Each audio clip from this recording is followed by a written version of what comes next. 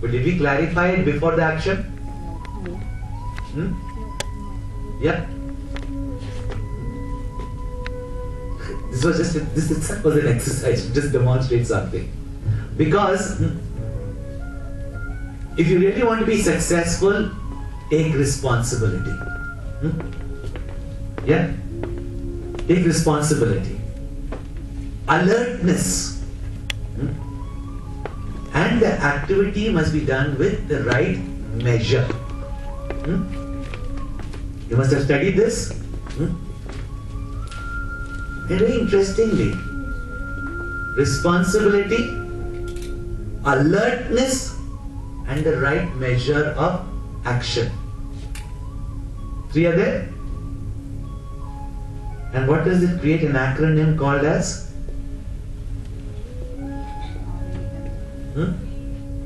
What? What's the acronym? Responsibility, alertness, and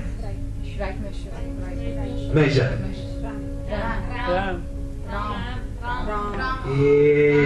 RAM. Have it, have. Nowadays you ask anybody, have it, have. Do you see these qualities in Ram? Responsibility, alertness, and does everything at the right measure.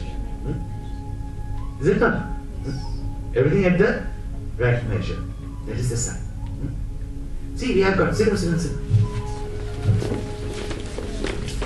How many of you still have got the thing in your mouth? Hands up. All of you still have it? How many of you swallowed it? Chewed it, but you still have it in your mouth. You ate it up. Okay. Why did you eat it up? Huh? You felt you are done with the chewing. Those who still have in your mouth, what do you feel now? Huh? The taste is gone. The taste is gone. What else? And if God kind of used to that. We don't have feel that, you know, We don't even notice it is there. What else? Now the interest is not there, what we had before. Interest is not there what we had before. What else? Again you're waiting for my instructions. Okay, what else? What else? Huh? Anything else? Those who ate it up, what happened? It was nice. Huh? It was nice. It was nice. It was a nice feel. Yeah, I enjoyed it. Yeah. What was the feel? Did you feel relieved? Yeah. All the reactions of the mind tell you at that time how do you react to food. At the moment, take an example of food. But how do you react to things in your life? He didn't have to, because I was about to move the chair. He could have sat back. Swamiji is moving the chair. He's probably able to do the chair or not able. He felt that would be difficult for Swamiji alone to move the chair. 2 teachers ran up to move the chair. Did anyone feel that my teacher is doing it, I should go and do it? It's just not a criticism or any such thing. I'm just giving an example. It was not required of you, it was not necessary for you. This is what happens in society. Go further.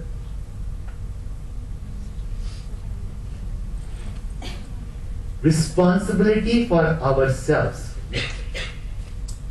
We are responsible for ourselves and we are responsible even for others. Then, for that, we require a certain amount of discipline. And discipline gives us a freedom. Further.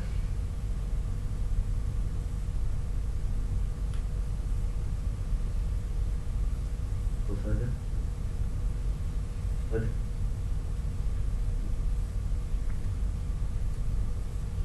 I'm just briefly, more in detail today, just briefly. Try practicing the following disciplines on your daily tasks. Commitment to time and commitment to your word. Do you know, India today is booming economically. Indian products, including garments, was desired by the world even in the 60s, 70s, even in the 12th, 13th, 14th, 15th, 16th century. India was the largest exporter of textiles, etc. It has been throughout the year, centuries. In the 70s also, during the hippie period, Indian garments, cheap Indian garments, was the biggest industry that could have earned us foreign revenue. But in 80s and 90s, 70s, in the 60s it started, late 70s, 80s, till mid 90s, nobody wanted to do business with India. There's one thing, India doesn't keep time. That's why China is booming. Till today, India is suffering. We don't take responsibility that if my product does not reach that sales department during Christmas, for the next year, they are going to have no sales. I made my sale. But what will happen if it reaches there? What are the consequences for that person if I don't take that responsibility? Next time, who's going to lose business? I made my money, but my country's name got spoiled. Whose responsibility it is?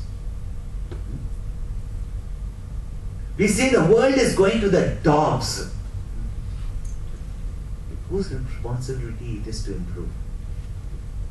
In fact, when I travel around, so many people meet me, sometimes even business tycoons.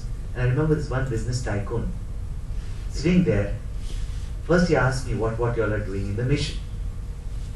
I gave. Then he started telling me, this type of research should be done, that type of research should be done, this should be done, that should be done, etc. Look at what the country is. We've got so much knowledge, this, that. Finally I said, we are doing what we are doing. What are you doing about it? Not even ready to give money for it? You have the clout with the politicians to introduce Sanskrit in our schools. We are teaching from ground level Sanskrit. Can you teach Sanskrit? Everybody wants everybody else to do it. And nobody does it. Somebody has to think that I have to do it. I have one beautiful story from our own Balvihar magazine for children. One day, a man who really felt was walking through the slum area and looking at the poverty, the sickness, the disease, the hunger, the children suffering. He screamed out to the Lord and he said, "Oh Lord, what's happened to you? Are you dead? Are you blind? How can you see the suffering of everybody? Why have you abandoned these people?" The rich people you don't seem to be abandoning. Why have you abandoned these people? And he heard a whisper from right behind him. The Lord saying, "I have not abandoned them. I have made you for them." Each one wants God to do something. One person went up to Gurudev and said, "Gurudev, look at what's happening. Is there God? Why does God do all this? Why? If there is a God, why does God do all this? Why there is so much suffering?" Gurudev laughed and said, "Okay, God messed up. What are you doing about it?" Few people take responsibility. Try it even in college. You give a project, everybody say, "I'll work for it." But nobody wants to take the leadership of it. Everybody wants to be called as a leader. Everybody wants a position. But to do responsibility, very few people. Those who do it. Again, people take up positions of responsibility. But there's no proper alertness for the job and no measure for the job. When you keep these things, whether it is for our environment, we keep talking about global warming, global warming, global warming, global warming. But our Indian culture is so amazing. Today you're not seeing it, but when we were growing up, our grandmother told us every day to go and put water on at least one tree. It was in the name of worship, Go, there's a peepal tree. Now we realize that peepal tree is the maximum oxygen giver, right? In India, we are not blind worshippers. You nourish that tree nourishes you.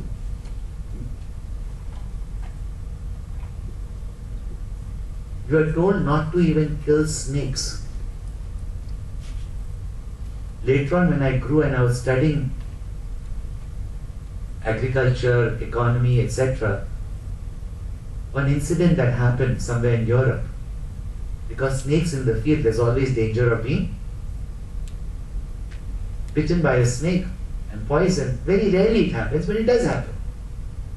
So once they decided that everybody is living in fear of snakes, let us destroy all the snakes, and they accomplished it. That whole area was snake free, so that they could work even in the evenings and night with greater zest and work hard to produce more. Because in the evenings they could not go because snake is hiding somewhere. They worked hard that year, and did you know what happened? That year there was no crop. They worked hard. They didn't realize the usefulness of the snake in the field. Because the snake's gone, all the rodents, the rats came and ate up all the things. Third chapter of the Bhagavad Gita points out to us our social, ecological, environment responsibility. It teaches us, and all this is what is called as Devatas. Devata is not some fancy crown jewel beings that you see in the television series. Pavan Devata, wind. Varun Devata, water. It is not some fancy beings with 10 hands, 5 hands, all biological freaks. Each is a Devata. Each has its own spirit. You invoke that spirit properly. Gita says, Devan bhavayate him. Those who worship the Devas with what the Devas have given to these, the cosmos has given to you, nature has given to you. Those Devatas, the cosmos, will serve you like a slave. And parasparam bhavayanta shreyam paramavasyata. You fertilize the earth will give you back in abundance. We required trees, we cut it down, but did we plant a single tree? Do you know, according to our Hindu culture, what is there? That everybody should plant at least 3 trees in this life. 3. That's all.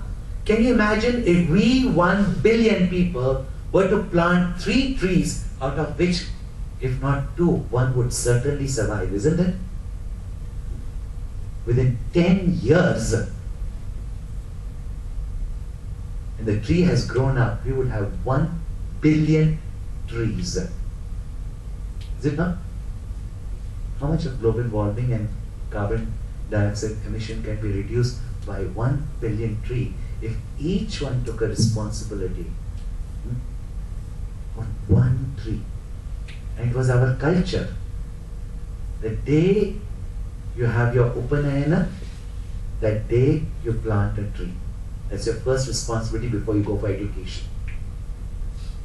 When you marry, you plant a tree. When you have your firstborn child, you plant a tree.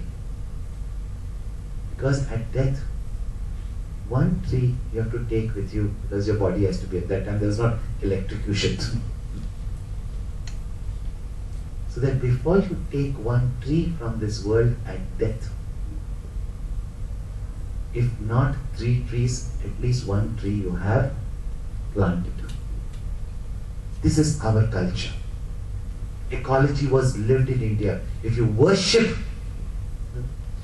the river, you will not pollute the river. Today, water sources, isn't it unfortunate, in the land of rain, we are drinking this bottled water? How polluted are our water systems? Because we stopped worshipping the river. Is it not? All our industries poured into it. Everybody went there. According to Mani Smriti, what is religion?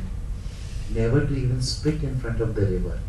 You should never do toilet in front of the river. Now you talk about these things, at that time you call it as religion. Today we call it as hygiene. River can spread these dysentery just because one person goes and does toilet there. They said never on the banks of the river. It's so sacred. But in the name of sacredness, they prevented you from doing something unhygienic that could spread epidemics. If you study our cultural systems, you realize how effective they were in ecology, in creating responsibility in the children. This is what is required again to revive that culture where we take responsibility for our environment. And mind you, if environment is gone, Indira Gandhi, when she went to one of the first summit of global warming and global pollution, she was a firebrand, as you know. When America brought it up, America brings about 60% of the world's garbage. And its population is, I don't know how much, 1/30th of the world's population, and creates more than double the pollution of the earth. And they are the ones who will have this big summit. Indira Gandhi stood there and said, "You're telling us to clean up our act. But first you clean up the act, because 60% of global warming is due to you. Ozone layer is going because of you." Indira Gandhi could have stood there and screamed at them, and she was right about it. However, if we don't do something in India about it, America doesn't do something about America about it. After all, global warming affects whom? It affects all of us. It is not America's job alone. It is not India's and China's job alone. It is everybody's job. This is taking responsibility.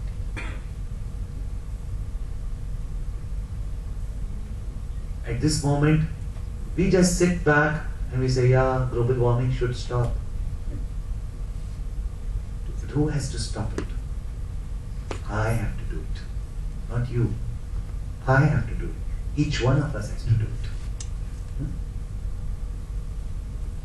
And we have to find, when we decide and take responsibility, we will find ways.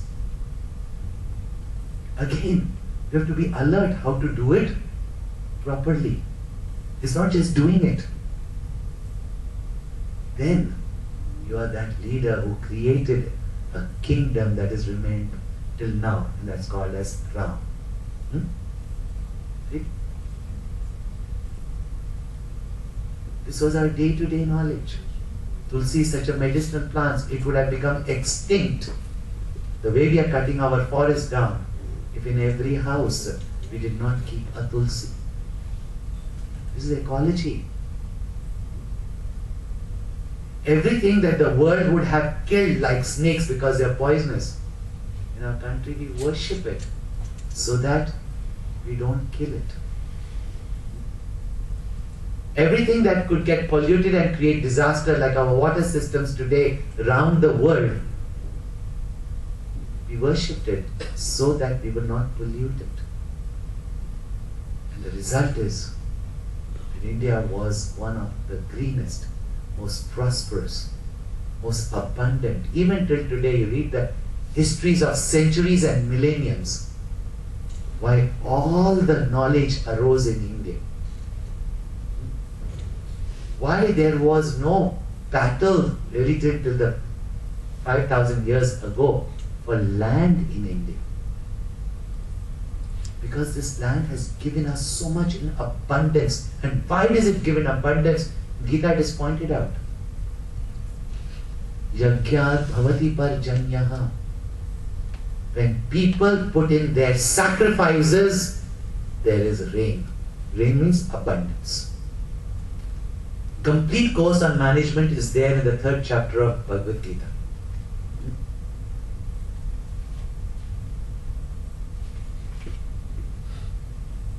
Where he points out that how productivity happens in this world.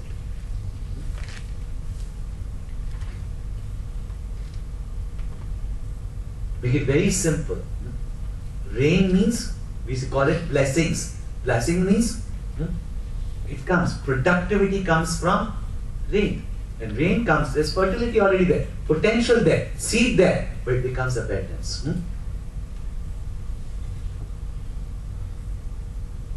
Where he points out that from yajna, from dedicated sacrifice, dedicated service, not some ritual alone, comes rain. And that comes through sincere effort. When each one takes responsibility, then only society can bless us. The team can bless us. Yesterday I told you about Tendulkar, etc. Isn't it? When each one takes, and those who take responsibility, they become leaders. They become great. They become achievers. But to do anything great in life, you require a lot of strength, a readiness to discipline yourself. To discipline yourself requires a lot of strength. To control and master your senses requires a lot of strength. This is not ordinary strength. And therefore, your regular meditation, your regular prayers, your regular worship of the totality and your service to the totality, which you call as Ishvara or God. And for that, to make it easy, you can conceive of that as a father, as a mother, as a king, as your beloved, as your friend, as your child. And when you love that one who is the many, you begin to serve them. Yeah? You begin to serve them. When that spirit of oneness is there, whether these are all children of my Lord, or whether the Lord is in everyone, or the Atma is in everyone, then only there is love. In love only there is responsibility. And in love only there is such attentiveness. When you do something out of love, there is attentiveness. Yeah? And then there is right amount of. Sometimes it is not love. It's like, eat because you should eat what I cooked. When you feed someone, you should feed in such a way. And a mother loves. Even if a child wants extra, no, not good for you. Measure. Such a person is R-A-M. Ram. Why do we worship cows? You mean to say Indians are so stupid that God is in cow? We say God is in everyone. That's one animal that gives everything of itself, gives the maximum, takes the least. Eats only grass and gives the most nutritious milk. Its leather is the most useful leather in the world. Its horns, its bones, including its dung. You never say, humans, what do you call human dung? Something that you like using very often, is it? What do you call human dung? Yeah. And it's always called cow dung, not cow. Even its urine is medicine. When you live like the cow, taking the minimum, giving the maximum, even such a human being's body odor changes. Because everything pure comes out. Everything that person speaks and does becomes the truth. Why do we go to Mahatmas, give me blessing, please, please, please give me blessing, I pass. Without studying, you'll pass. No, if they say a word, it will happen. It's the power of integrity. There's a story, some people link it with Sri Ramakrishna Paramahamsa, somebody links it with Mahatma Gandhi, very popularly called up a Mahatma Gandhi story. But both of them were similar in their approach to truth. One mother whose child had juvenile diabetes and was telling the child not to eat sugar so much. But the child was craving sugar, but would not listen to the mother, would not understand the doctors. So she went to Mahatma Gandhi and said, Mahatma Gandhi, my child reveres you. If you tell him not to do, he will not do. First of all, why does he listen to the mother's word? Mahatma Gandhi said, bring him after one month. After 1 month, she brought her child and he just told the child, beta, don't eat sugar. It's not good for you. And the child stopped. The mother said, if that's all that you want to do, I thought you were going to do some special mantra, tantra, something like that. If that only you wanted to do, why didn't you do it before? Why did you have to wait 1 month? He said, well, for 1 month, I was eating sugar. How could I have conviction in my words to tell that boy not to eat it? Why did these people's word have such conviction? They kept up to their word. They lived what they preached. Today when parents tell something, child says, okay dad, you're telling me not to have a drink, but can you stop your smoking? See, you not value that person. If you live up to your time, if you live up to your word, that's called as honesty. Not just telling, oh, that, I'm telling you, that so-and-so girl, no, she's having an affair with a drug addict. It's honest, I'm telling you, it's honest. That is not what is honesty. To live up to your conviction. If a word you have given, a time you have given, live up to it. Later on, whatever you say will come true. How many of you say, I want to do this? How do I better not tell it because it's not going to happen? Or they say it and they say touch wood. And touch wood, they always touch their head. I used to ask in college, why these girls always touch their head and say touch wood? Then somebody told me. They told me, I'm not saying. There's sawdust inside. There's wood inside. Yeah? Why do we say touch wood, touch wood? How many of you say this word touch wood? Because you are not sure that what you have said will happen or will remain.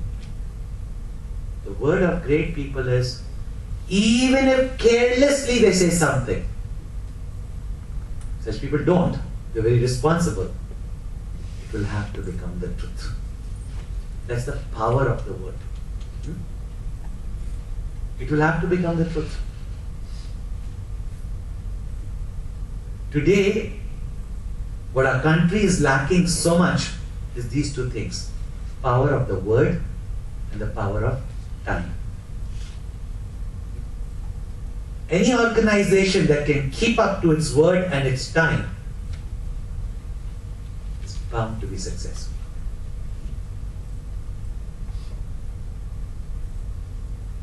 Values such as honesty, values such as compassion, values such as politeness. Today we want it from others, isn't it? But they're till today effective in producing. Will you trust a person who has got no self-control? You trust a person who has got no honesty. Even one person lied to you, even a small lie once, after that you will never trust that person, is it? And very often people say in this world, look at it, those who are dishonest, look at how rich they are. Is rich the measure of success? But at least they've got money, I don't even have that. Somebody went up to my guru and asked him. He said, Swamiji, you say that honesty brings about success. Can you show me such a successful person? He said, show me one honest person and I will show you a successful person.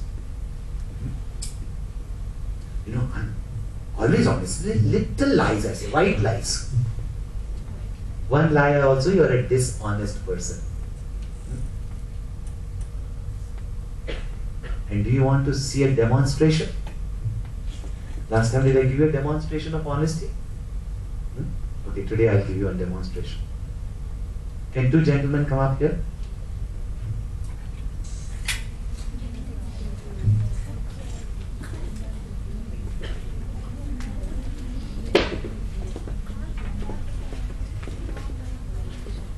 Come up on stage. This is Ashish, right? What's your name? Okay, Ashish and Bharat are here to demonstrate to us something. Okay, I'll be in the middle. This one. Just shut this line.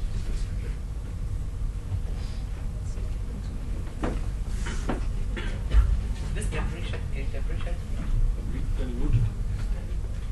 Okay, we'll come to this side. Don't worry. Leave it. Leave it. Come here. Yes, come. Okay, let's come to the center.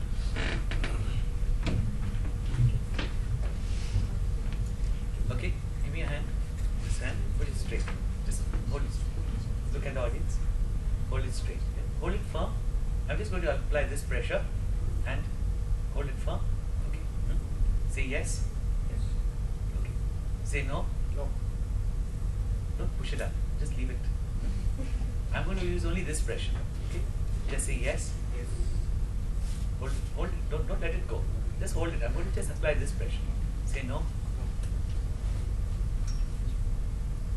Say yes? Yes. Say no? No.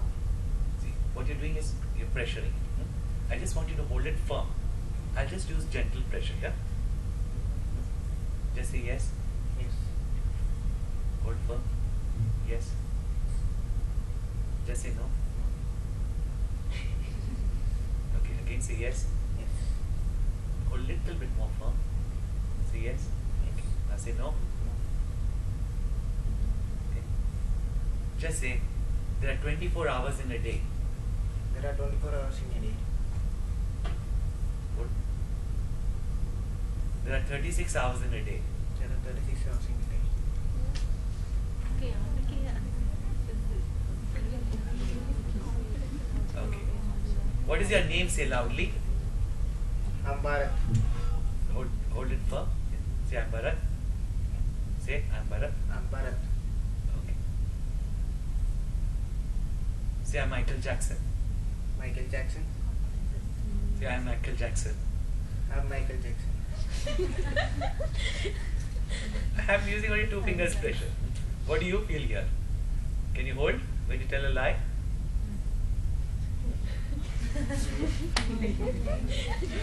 Okay. Just relax. Huh? I can stand to some extent, but I can't stand for long. Actually, surprisingly, your strength was too long. But when honesty, you will be able to hold it. This honesty, it will go down. Okay, let's hold it. Just say yes. Okay, just say no. No. Okay. Now, say loudly your name. Ashish. Say my name is. My name is Ashish. Now say my name is Shah Rukh Khan. My name is Shah Rukh Khan.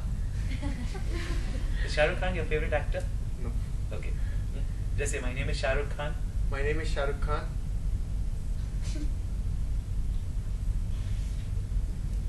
What's happening? I'm using the same pressure. Okay? Say there are 24 hours in a day. There are 24 hours in a day. Say there are 36 hours in a day. There are 36 hours in a day.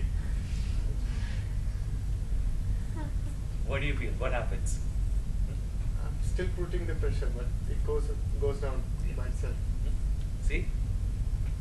So next time a young man comes and tells you, I'm in love.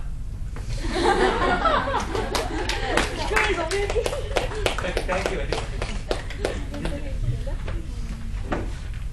See, whether somebody catches your lie or not, whether you make a profit in your lie or not, but one thing surely happens. You will lose your confidence. You will lose your strength, even muscular strength. Even muscular strength you are going to lose. Okay? Over a period of time. Psychologically, what happens? Your intellect knows what's the truth, your mind cheats. You create a divorce between your mind and intellect. Next time your intellect decides something, your mind does opposite. Whether due to habit, whether due to like and dislikes, whether due to immediate profit. Thus, if you cheat someone, you are dishonest at some period of time. What happens? People may not catch you. You might earn wealth also. Nobody says you won't. One thing, it will not last for too long. Second is, whether the world catches you or not, your personality starts disintegrating. Even your muscles will start failing. Not only with honesty. Can I have one more young man come up here? Anybody wants to come up? Nobody? You don't have to do something so terrible. They are afraid that they are losing in an arms match with Swamiji, you see?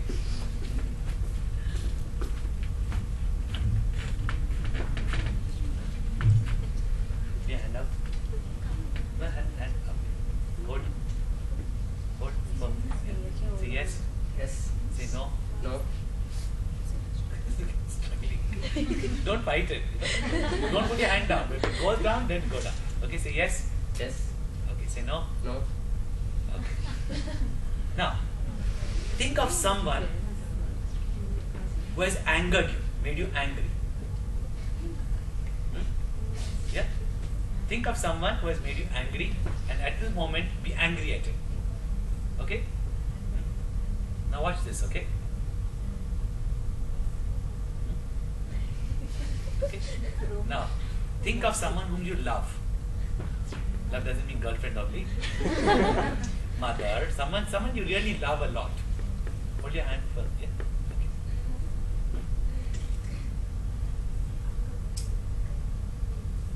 Now think of the person whom you hate.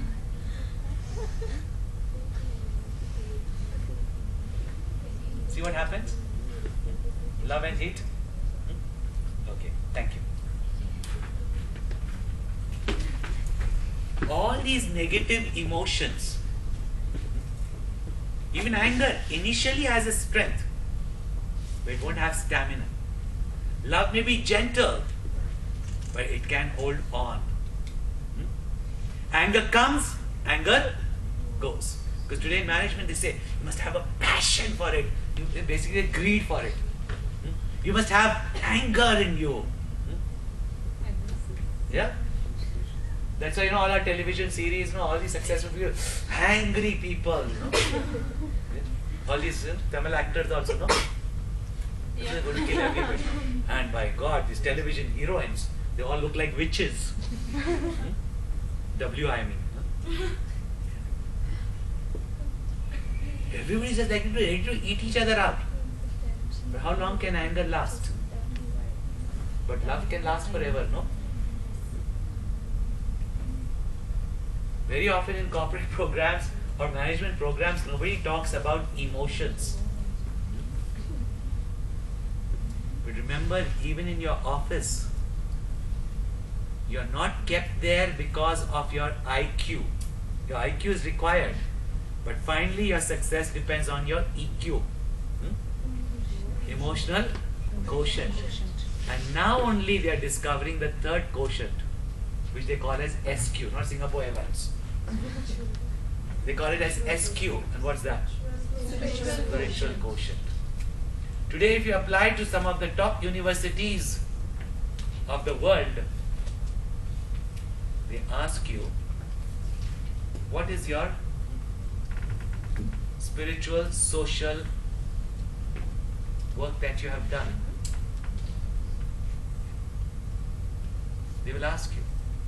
Read the magazines of Ford, of General Electric, documented that those who have got some spiritual inclination, those who even have some religious faith, those who have got faith, even faith, forget knowledge, not even faith, but even belief. Those who have belief in the higher, they seem to be able to handle crisis much better. You may have your skills, but when crisis and difficulties come, it is only those who have got some faith in the higher. Whatever you may call the higher. Even now also, when you have a problem, where do you run? To whom do you run? Not your parents. First immediately is run to your parents, right? And when you know you have parents, how secure do you feel? Loving parents, is it not? Same way, when you have a mentor, a teacher, a guide whom you can go to, when you have God that you have faith in, when problems come, they can handle better than those who do not have this higher faith. Invariably, you ask people who are depressed, they may say they are spiritual or religious, but when their faith goes away, those who are aggressively intellectuals, know God, this God, and after all, I am the maker of their life, during the later on parts of their life, you'll find them collapsing. Because when difficulties, old age, problems come, those who do not have something to hold on to, something higher to hold on to, they will collapse. But those who have faith in the higher, they will manage to hold on during the crisis, sustain themselves during the crisis. So you can imagine, even so much so that faith in the higher, faith in the God is so useful. Even in our management. That's why today, when I went to address Ford company, they invited me to speak on spirituality. I spoke at Credit Suisse Bank. They wanted to speak on stress management. And many of these places now have got prayer rooms in their office. They've got meditation rooms in their office. They've got sacred space in their office. But you know, in our Indian houses, we always had an altar. Whichever religion anybody belonged to, we had an altar. Everybody goes to pray in the house. That's a sacred space. Whenever you're disturbed, you go there. Is it not? Clear? Now, if we understand this, then discipline, self-control, texture of your mind, that's why your attitude, your values, your negative emotions, your positive emotion, how much care you have to take if you have to be truly happy, productive citizens of the world. And don't underestimate the power of sharing and charity. Power of sharing and charity. In all books of success today, if you read, they say, set out a certain amount for charity. Now, if you think that you're going to do charity at some period of time, decide whether 1%, 2%, 5%, whatever you decide, you set it out for the charity of your choice. Where you feel that people will be helped. Whatever you feel. Whenever you do anything, it will protect you from greed. Even if it's just a small percentage. But what you share not only brings about productivity in the community, but at the same time, mind you, richness and poverty is not dependent on how much wealth you have. Richness and poverty is never determined by how much wealth you have. It is determined by how much wealth you share. You will share something only when you feel that you are abundant, isn't it? You cannot give anything unless you feel you don't have enough of it. And the last thing which I want to take is the power of mind over matter, the power of mind over body, the power of mind over creation. There's a lot you can do with your work, but there's a lot that happens through your mind.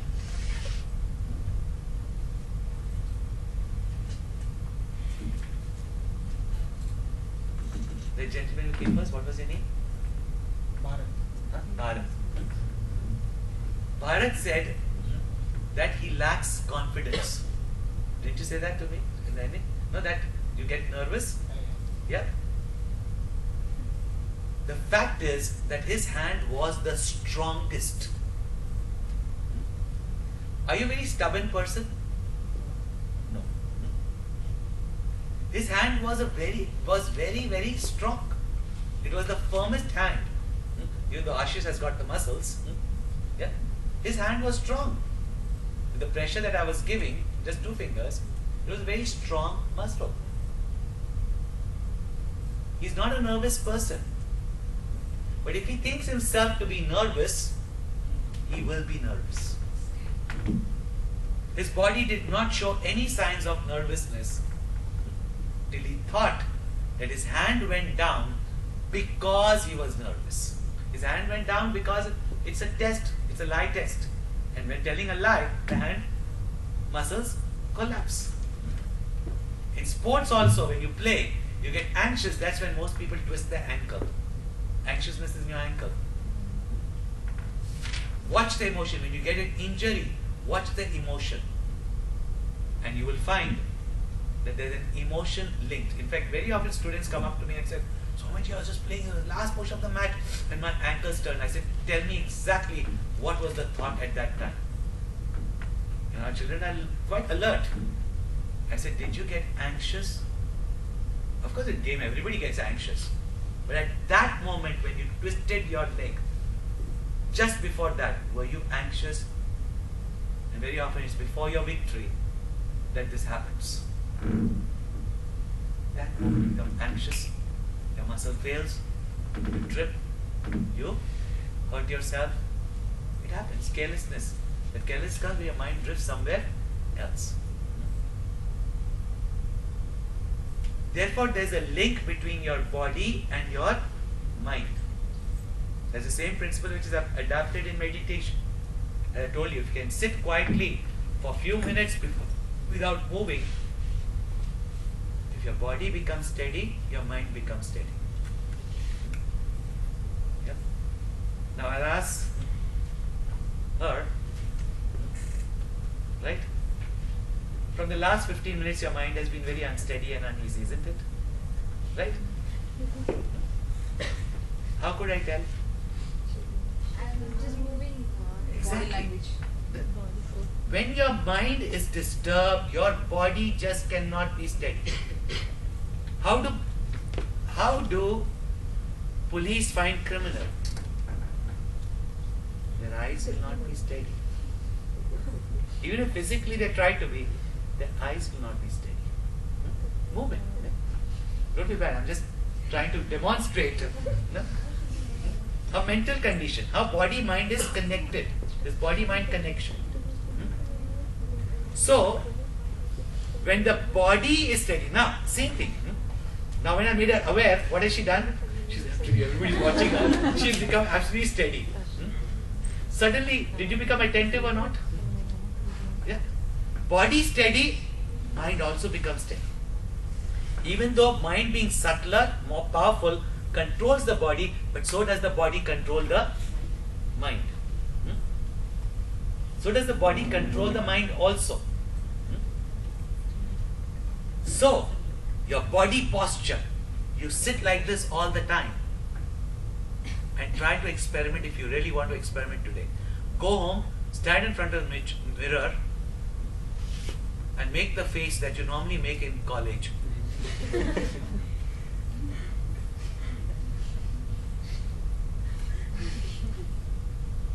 Just stand there like you put that in your mouth and watch yourself for 5 minutes and watch the mood of your mind. Then stand up straight, give a smile into the mirror, and then watch the mood of your mind after a few minutes. Your body posture, your body language, your movement of your eyes reflects more about your mind. At the same time, if you can't control the mind directly, control your body. If mind is not confidence, but you stand up confident.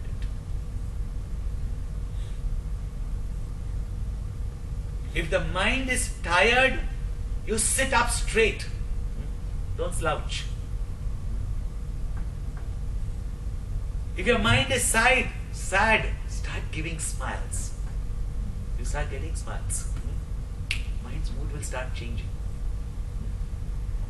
And remember, what you give to the world comes back to you only many times. Whether it is a smile, whether it's charity or wealth, whether it's giving of knowledge,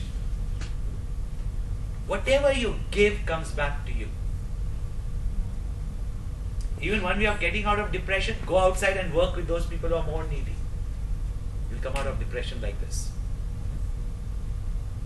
But the whole thing is,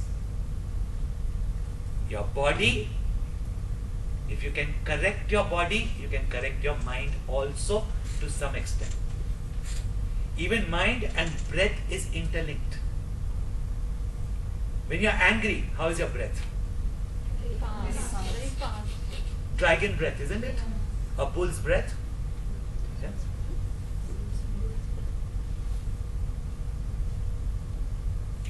But when you're calm, how is your breath? When lust comes to the mind, how is the breath? See how your breath changes according to the moods of your mind? Therefore, if we can control your breath, again, I'm not talking about please going and doing some fancy kriya or pranayama, please don't do that without guidance. All you have to do is, when your mind is too excited, sit down, watch your body and the steadiness of your body. And then just watch your breath and allow it to just go in deep and slowly. Condition of your mind will change. In the same manner, what we take in through our senses goes to make up our mind. Therefore, prayer is Bhadram Karinevi Shunyamadev. Not that we should close our eyes and senses, but let us keep good company so that we hear good things. We see good things, because our mind gets polluted with what we see. Therefore, what materials we read, what gossips we hear, what company we keep will all determine the texture of our mind. And even though Atma being the same, what happens? That's why the best of people suddenly they say, I don't know, I would have never done something like this. It's not my value systems, it's not like, but I did it. Senses not under control. people. Company has a big influence. In fact, keep the company of good and successful people. Not just successful people. Good and successful. In the Ramayana, you see, Kaikai she was very beautiful herself, but she had a bit of a complex. Because she was too attached to her physical beauty. And she thought that Dashrath Maharaj loved her for her physical beauty. To look more beautiful, did she what she do? Kept all these hunchback, crooked people around her. The beauty of her personality went away. Isn't it? That's why if you see bullies are generally people who are weak. I remember I had a bully in my class. He had failed 3 standards. What is that? Bully? I think you don't know what is a bully. You don't have any bullies in college? Lots, no? Bullies are generally weak people, and that's why they always show off. They'll have people around them. I experienced this when I was in 7th standard. A guy who had failed 3 times naturally. He was already a teenage. We had just entered teenage, so he had already become a 6-footer, and we were little kiddies. And he used to bully us all the time. Give me this, I'll beat you up, this. Everybody was frightened of it. One day I was sitting alone in class during the recess doing some work, and he walked into class. And as usual, first he started teasing me. I never bothered. I said, let him tease. He started calling me names. I still did my work. I didn't even look at him. Then he came close to me and started doing things. And then I said, just leave me alone. Just leave me alone. And I'm alone in the class. He could have beat me up. Then he started pushing me against the wall to get my attention. And he was about to crush. He was crushing me. He was painful. And I didn't like, this fellow, sweaty fellow, putting his, I didn't like. At that moment, he was pushing me against the wall and I was being crushed against the wall. The only time, first and the last time, because at that moment I had nothing, I had to push him. I just gave him one box. If a bully was twice my size, I gave a box. Next moment I didn't know what would happen. And guess what happened? Suddenly he started crying. You hit me! You hit me! You hit me! And that time all the students came inside the class. And for 2 years we were terrorized by him. And I said, yes, I hit you. And you want to go and report to your favorite teacher who uses to bully us? You can go and do it. I will go straight to the principal, and who do you think will believe, in you or in me? Poor guy started trembling. I don't know where I got the courage from, but I did it. From that time onwards, everybody understood not to fear him. Later on, he calmed down and became a good friend also later on. No? Very often, we create this image around and people also start thinking. No? But very often, bullies are weak people. Those who show superiority complex, that they are rich, very often they are having financial problems. And you think, these bad people are successful. No. Therefore, what you put inside you, through your ears, your eyes, your emotions, positive or negative. Positive emotion, I demonstrated, strengthens you. Negative emotions weaken you. Honesty strengthens you. Lie weakens you. What we take through our senses is what is called as food. Food is not just what we eat. Through the eyes we eat forms. Through the ears we eat sound. Therefore, what we eat through our senses is very important. Because as I pointed out yesterday, the gross part of our body, the gross part of the universe goes to make our body. But it is out of the same 5 elements our senses are made. Same 5 elements.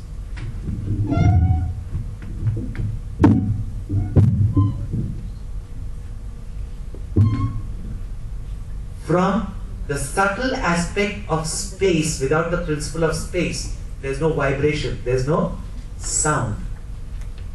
And therefore, from space is our hearing. That's why there has to be some space in between, no? For sound to take place. From the subtle aspect of air, your touch takes place. And movement. From the subtle aspect of the element of fire, your sight takes place. From earth, your nostrils take place. Your 5 organs of perception are from these 5 elements. So also your 5 organs of action. Speech, fiery speech, isn't it? In cold places people don't talk.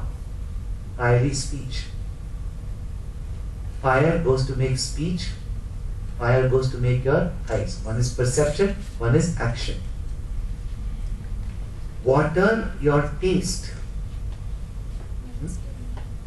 Water, your taste.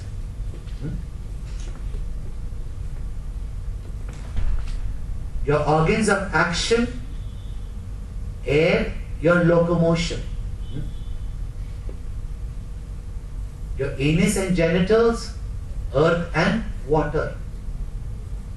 It is from these 5 elements, not only your body, but your senses are made, and out of all the 5 elements, your mind is made.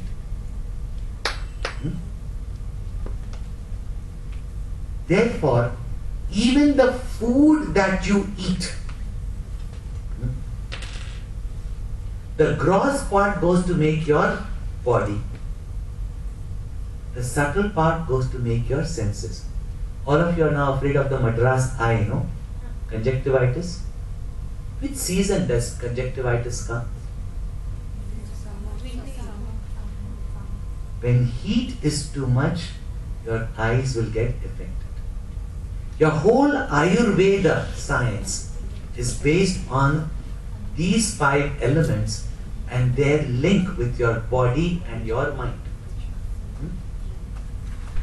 When you have got conjunctivitis, reduce your fire in your food. Reduce the element of fire. Anything that is pungent increases the fire. See, in a place where digestion becomes weak, we eat naturally spicy food. Because in heat, your digestion becomes weak. So you eat spicy food. But when your body heat is too high, your eyes will get affected. Why people in hot places are more talkative compared to the English, the Italian and the Spanish are more talkative? Compared to the Canadians, are Mexican most talkative? And compared to the North Indians? Wherever there is heat. See the link, I'm just trying to show you the link.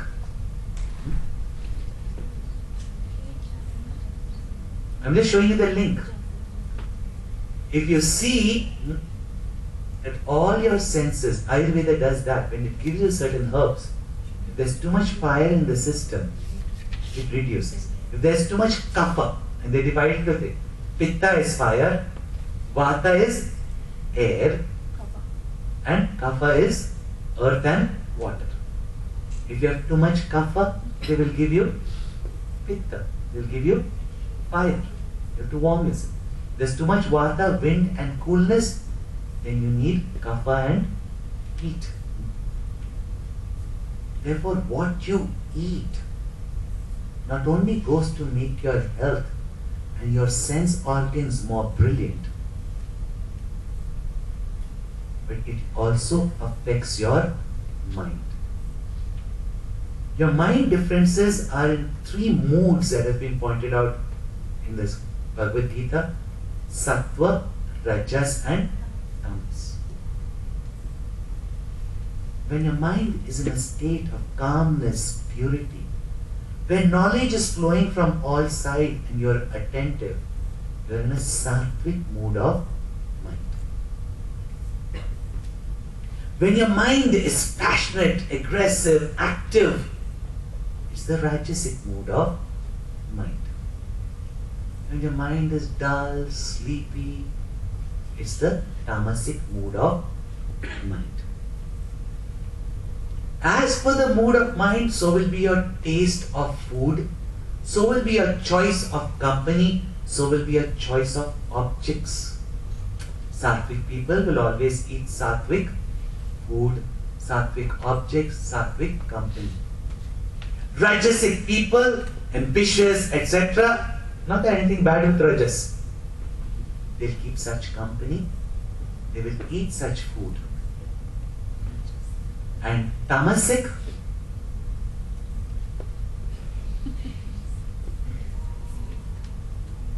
go to sleep, all purified.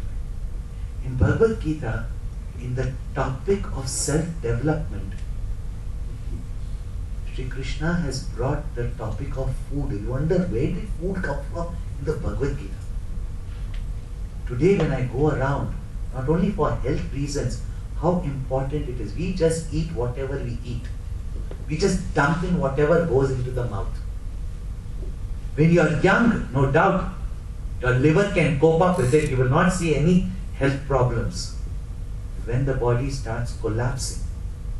Today also people will say, don't eat salt, it will cause you blood pressure too much after a certain age. Which means salt does cause, no? And the effect of food, take alcohol, see what happens. Effect of food only, isn't it? Thus what we eat goes to make up our mind also. In the Ramayana you have a beautiful demonstration again. That when Bharat came with his army to take Ramchandraji back after what his mother had done, when the army, and that was also the army with all its artillery, etc., glamorous armies come. At that time, Guha, the boatman, says that Bharat was not satisfied taking the kingdom. Now he's come to fight against Ramchandraji. So did Lakshman think. But Guha, unlike Lakshman becoming impulsive and ready to fight, Guha just can't fight the prince of Ayodhya. And that too also Bharat, the brother of Ramchandraji. He said, if he has come to harm Ramchandraji, I will fight him unto death. But first, before I make a conclusion, how do I know this army has come to fight Ramchandraji or this army has come to take Ramchandraji back? You know what he did? He sent baskets of food. In one was meat and other things. In other was all the alcohol, etc. And in the other was all the spicy food, etc. And the other was just fruits, berries, etc. Guess what did Bharat's army choose? By that he immediately understood they are not coming in an aggressive mood. That Bharat is actually coming to take Ramchandraji, not fight Ramchandraji.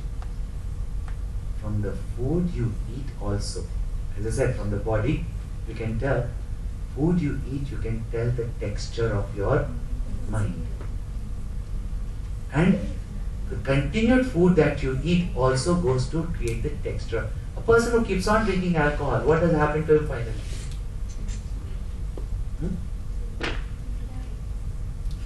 What? He can't perform. Excessive alcohol, what will do that person? Tamasic. Anything that is putrefied, that is tasteless, that is decayed,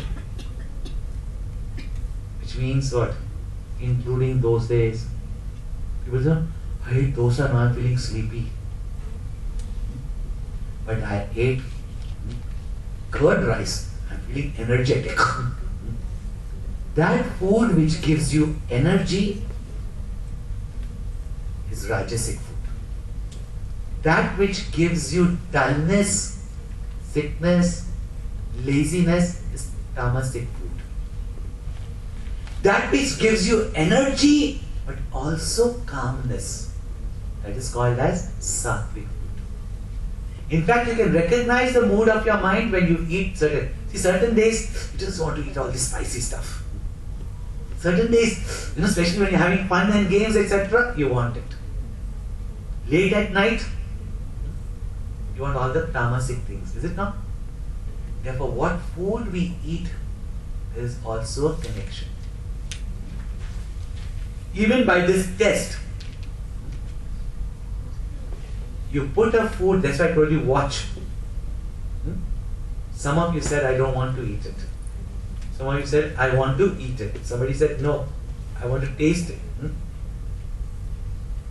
If actually, you look at the food in front of you, take time. That's why we do prayers before food. Rather than just pile up it up. Either in the office time, we just all up a sandwich or something to just eat. Sit in front of the food, watch the food. And then you will see that you really don't need to eat as much as you normally eat if you chew the food and keep it in your mouth for some time. What you should be eating also, your mind will be able to tell you. Don't go by likes and dislikes.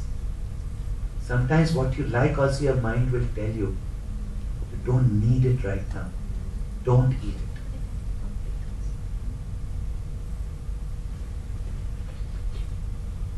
And it has been experimented in jails when they change the diet from heavy meat to etc.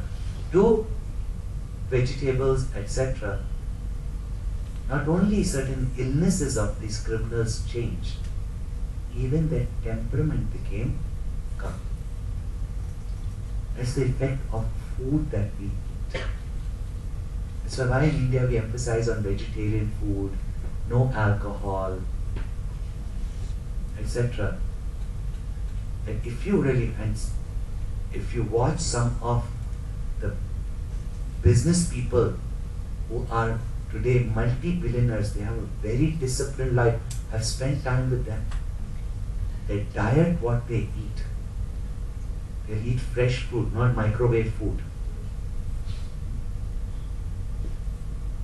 Very often, vegetarian diet, even if they eat meat, it will be very light meat, etc. They will refrain from alcohol because anybody can cheat them under the influence of alcohol. And today they are business tycoons. But they follow even the discipline of food. It's only after meeting these people that I understood why Krishna has given about food there also. And of course, for those who are spiritual and want to meditate, if there is excesses of rajas, your mind will not be calm. If it's tamas, you'll go to sleep. You need food that will give you energy, but will give you calmness of mind. See that through your goals and your ambition, you don't be a lazy person. Through your positivity, you remove your negativities. And with higher spiritual aspiration, you create a sattvic mood of the mind. The sattvic mood of mind, knowledge will creep in all sense.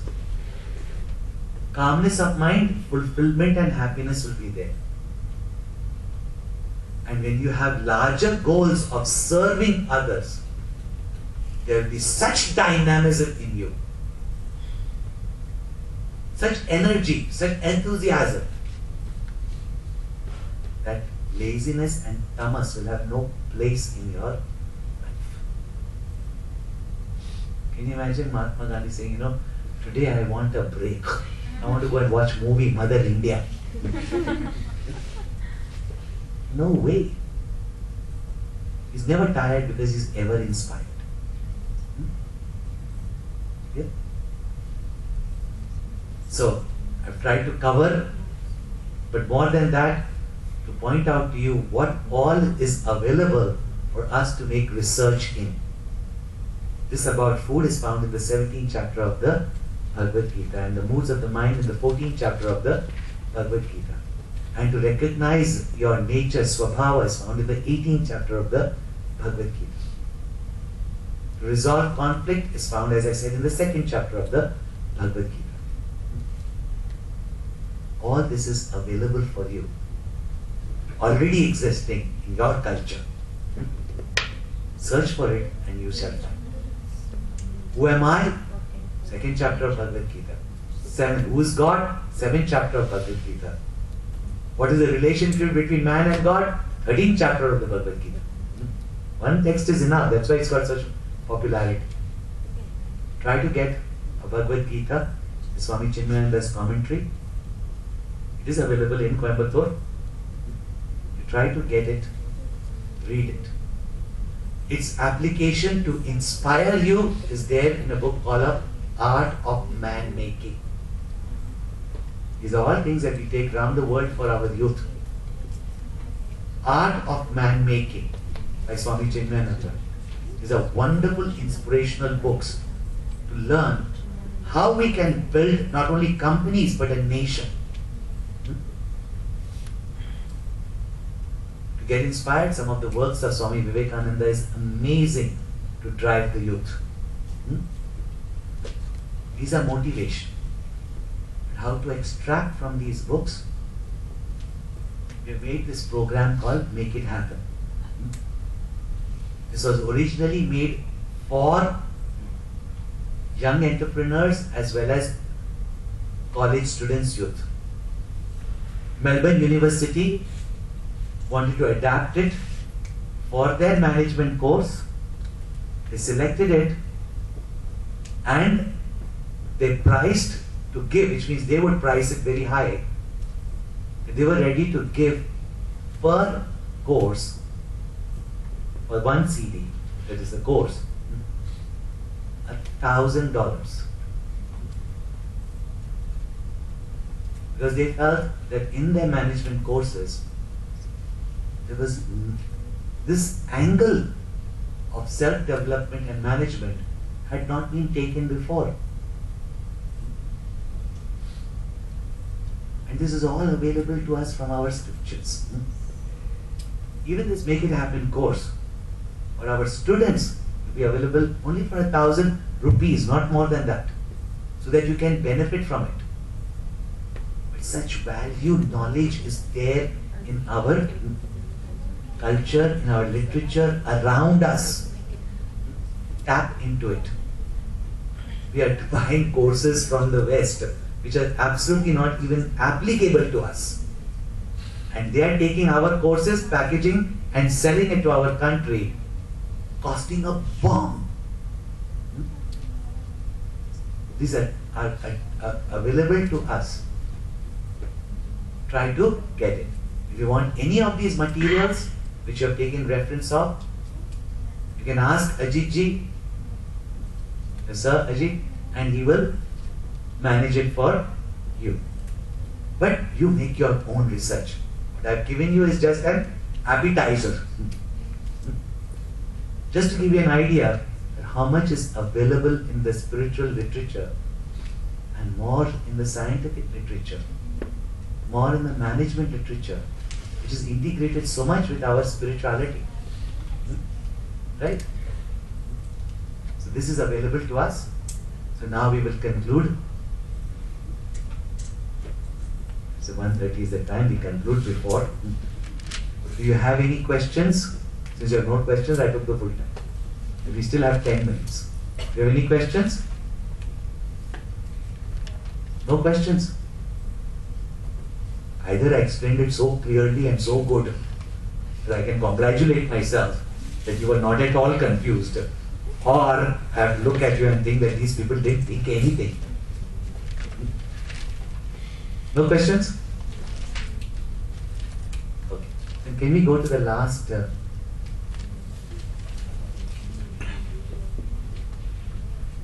vision of the beginning? Next one. I'll just read this out to you. New beginnings are not for us to look back with regrets. but rather to look forward with joyful anticipation. To do what we have never done before, to be daring and confident, to be more loving, more forgiving, and more sharing, to be compassionate and kind like never before. Let us make it happen. No more shall we justify our weaknesses and be weak about our perfections. No more shall we glorify our inadequacies and inadequately express our glories. Let us graciously be humble and humbly be gracious. We are great if we believe we are. We are divine when we know we are. Let us make it happen. The world needs us and we need the world. We are one big family. The big picture alone must be seen. No more you and me. Let there be only us. Let us beautify the world with love. Let us make it happen. Next page, please.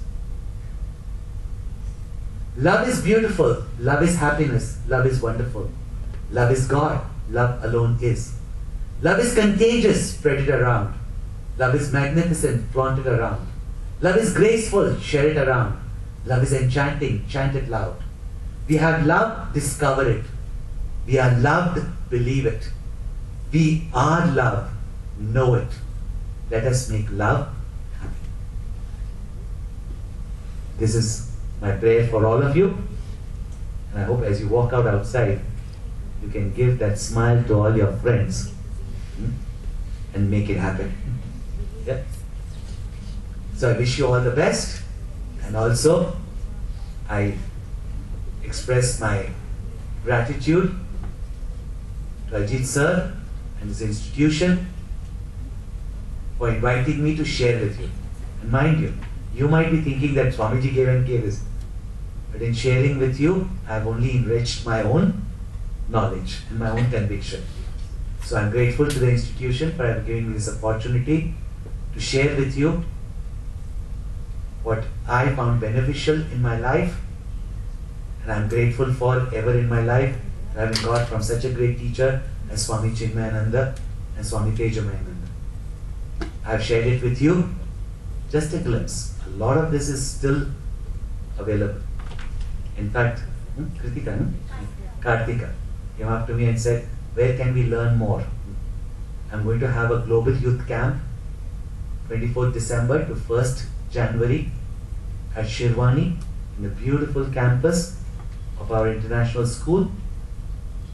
Youth from around the world of your age, ambitious, etc. are coming. And the topic is Take the Big Step.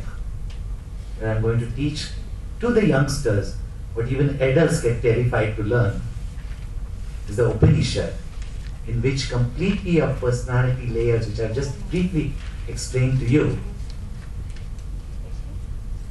how our personality layers can get fulfillment and how we can enhance our physical body, mental, emotions, intellectual capacities, and our spiritual growth.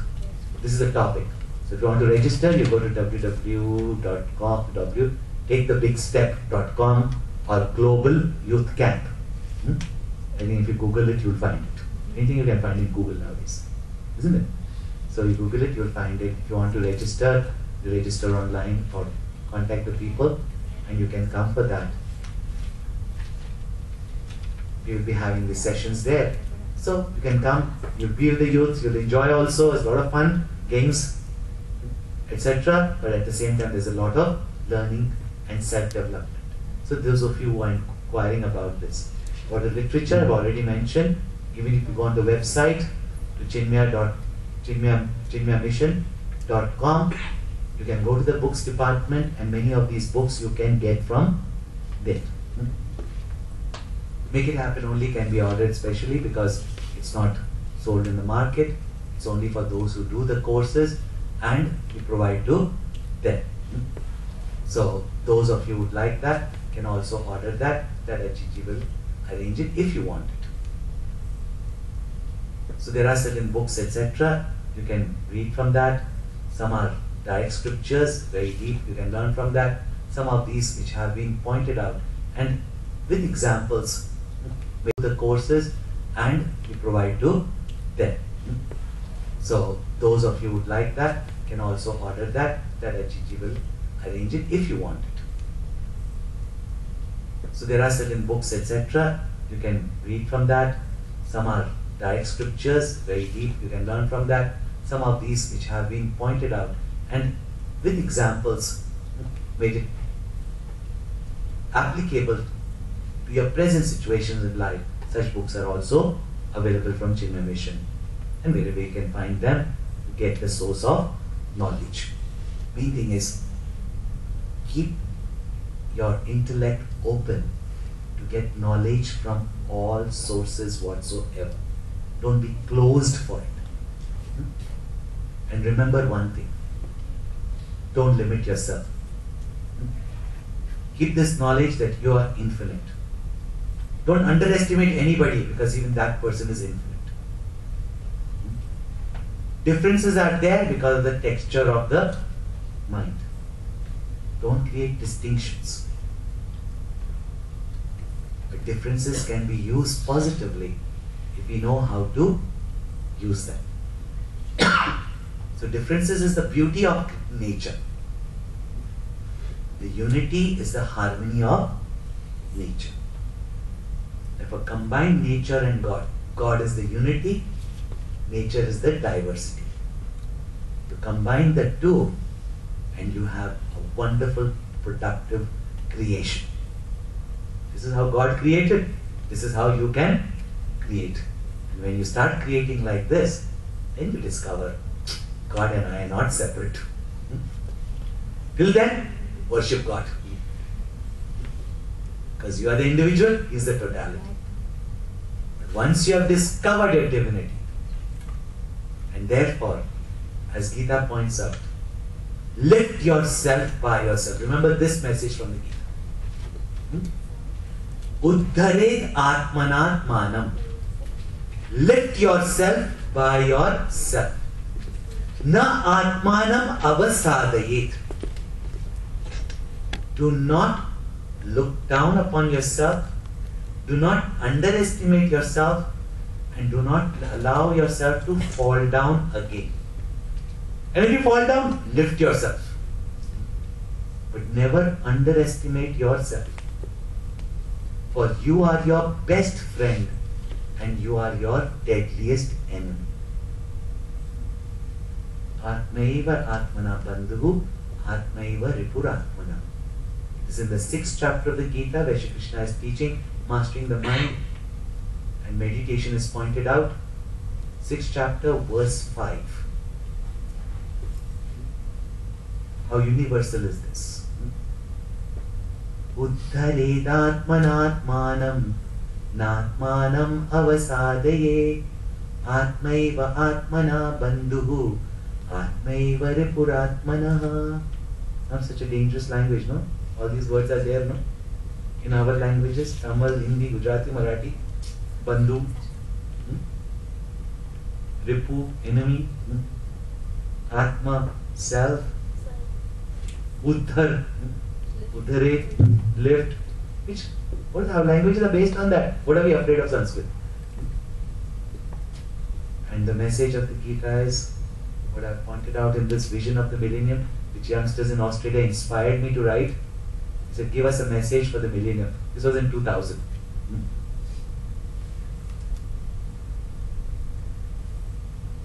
This is what Nelson Mandela also echoed from the Bhagavad Gita. That we are not afraid of our weaknesses. We are afraid of our strength. We are far greater than what we can imagine ourselves to be. However, we take glory in our weaknesses, not our strength. And when you express your greatness, you allow others also to express their greatness. And if God is our essential nature, and infinite is our essential nature, or even if we say God is in us, then what is it that you cannot achieve? Never underestimate your capacity.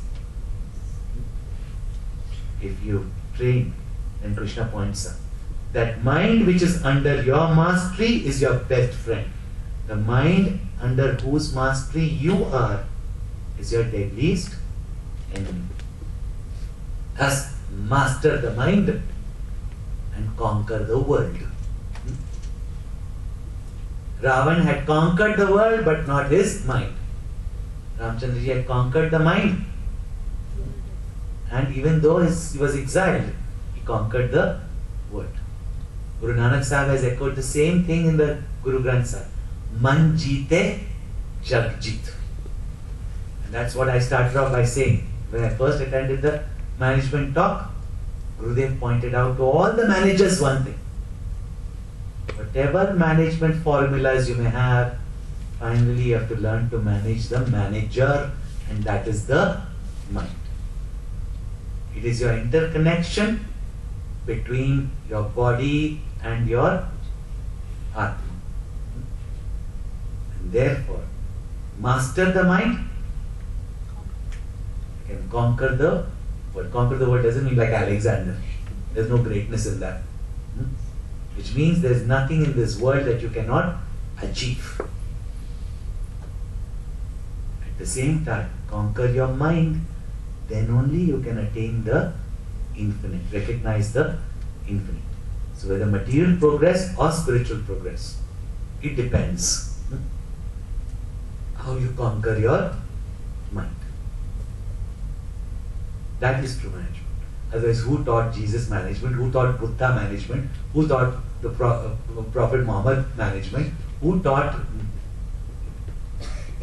Swami Vivekananda management? Who taught Shankaracharya management? Who taught Ramanuja management? And yet they have left behind institutions which have lasted for millenniums, while most companies, with all the management techniques, maximum survive for 2 decades, some rare ones for 2 centuries, like General Electrics, etc., which this year, last year, collapsed. But think about it. What must be the management of these great masters who ran institutions even after them for millenniums? That's called as management.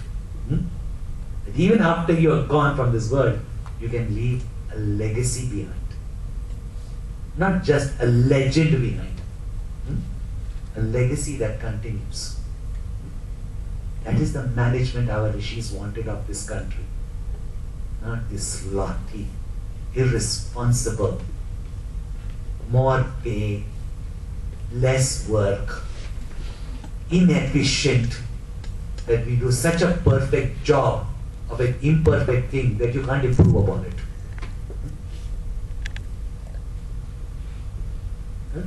Should not be so slotty. You should make a change. Got it?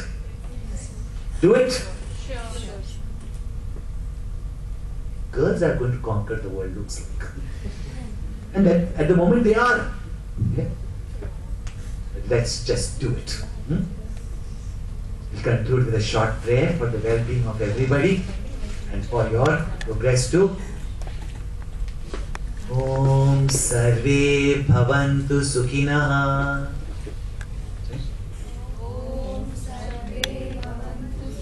Says, may all be happy.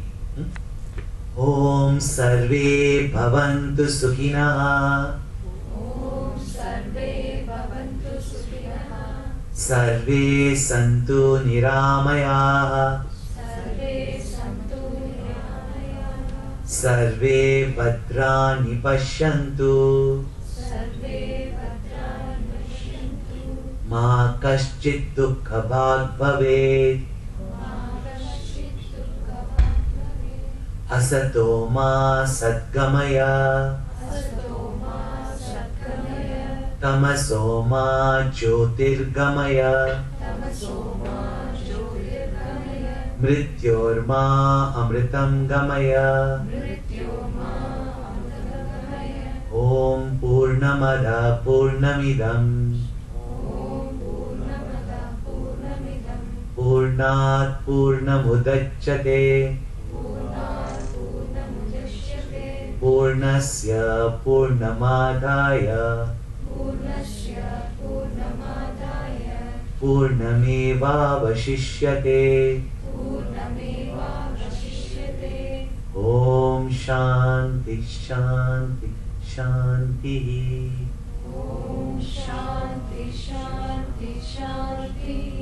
Hari Om Shri Gurubhyo Namaha. Hari Om.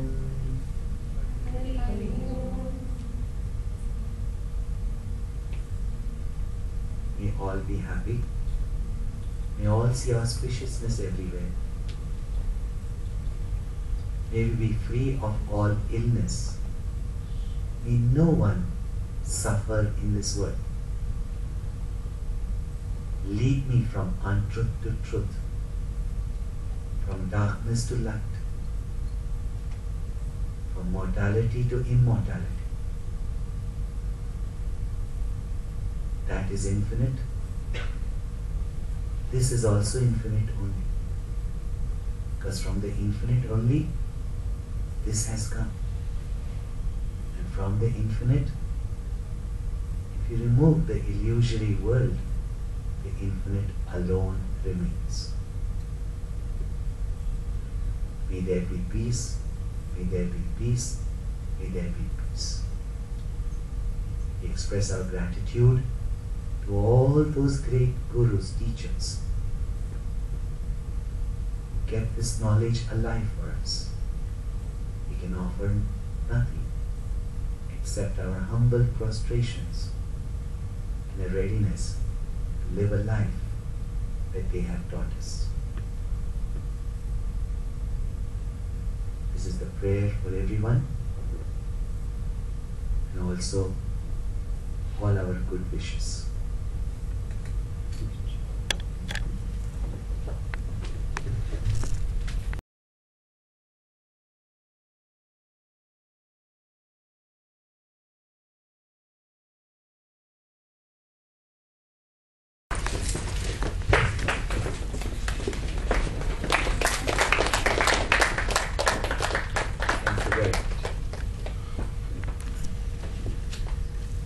Conclude? Till we meet again.